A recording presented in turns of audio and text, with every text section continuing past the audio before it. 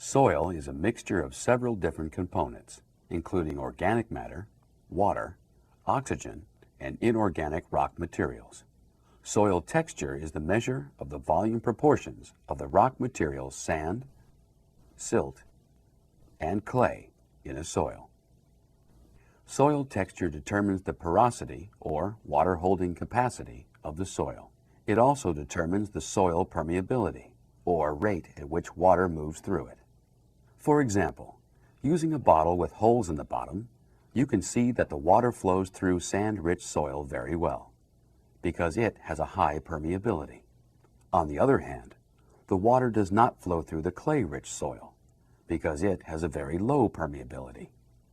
Soils that are best for growing most crops are called loams. They roughly contain clay, silt, and sand in the volume proportions 20 to 40 to 40.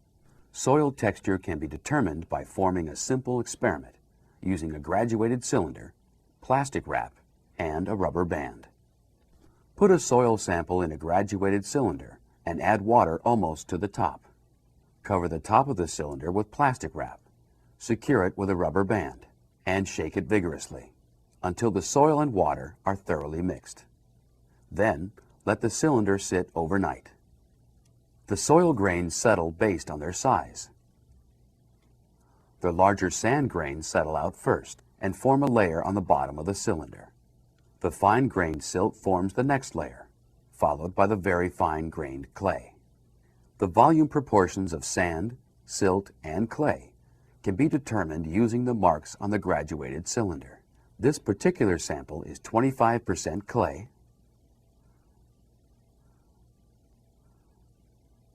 35% silt, and 40% sand.